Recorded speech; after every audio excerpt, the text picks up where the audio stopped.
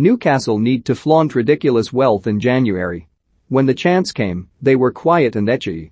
From a top corner of St James Park, up in the gods and out of the way, exactly where Newcastle United want a visiting nuisance, Manchester City fans launched their verbal arrows. Any notion of gaining an advantage by controlling the atmosphere was being torn apart with ruthless efficiency, just like the players in black and white shirts on the pitch. City, the current Premier League leaders and reigning champions, were 2-0 up at halftime and cruising, thanks to a mixture of Newcastle's season-plaguing ineptitude and their own quality. By full-time, it was 4-0.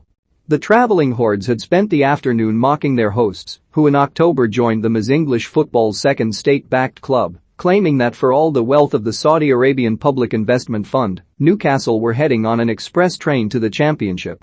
Given the number of individual errors, the latest of which came after just 6 minutes on Sunday, the rate of goals conceded and a solitary victory in half a season, it is hard to raise a robust defense of their position.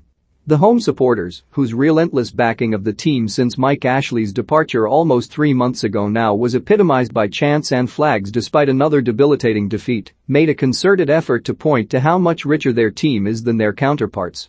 It was perhaps a little crass and, given the gulf between the teams on the day and over the past 14 years, extremely hollow, but it shone the spotlight on the one ticket Newcastle may have to get out of the hole they are in. They may need to make history, but such deep pockets are there to help break records. Amanda Stavely and Meredith Gadusi, the faces of the new era and 10% of the consortium which ushered it in, sat forlorn in the director's box. Draped in Newcastle scarves, they must have heard the trolling in the distance and understood it. Relentless positivity and goodwill has been a two-way street since their arrival. The fans have been lauded because the atmosphere has been raucous. They've been hailed as saviors of a city and an institution.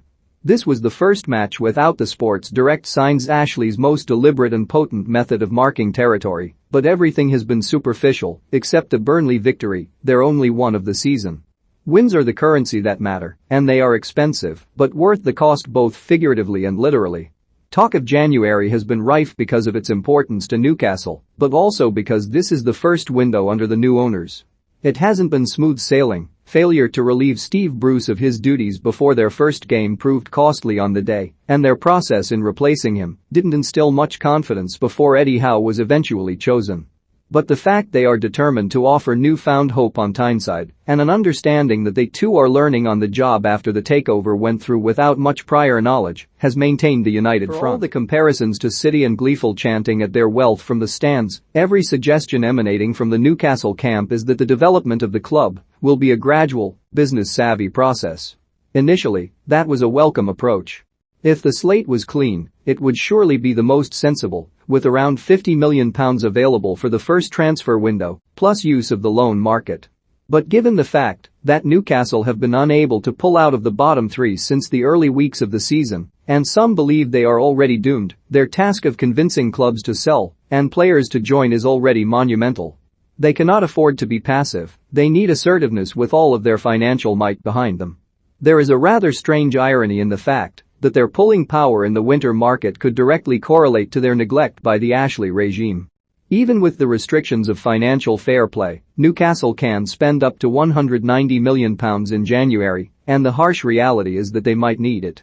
Their total of 41 goals conceded is unmatched by any Premier League rival, and the win over Burnley yielded their only clean sheet of the season.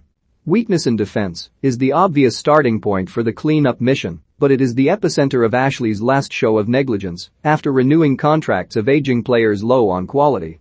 Ciaran Clark and Matt Ritchie are just two who served their purpose some time ago, but they are still playing at a level neither should.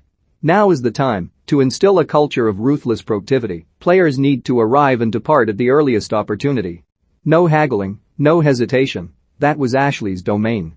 It is hard to think of the right targets for Newcastle because almost every player mentioned is at a higher level or will have better options if they become available. The fact is, regardless of the future, right now they are not an easy sell. But they have something in their arsenal that very few can rival. Money talks, and so does a good project. They are the world's richest club, and only acting like that can make the difference where it matters.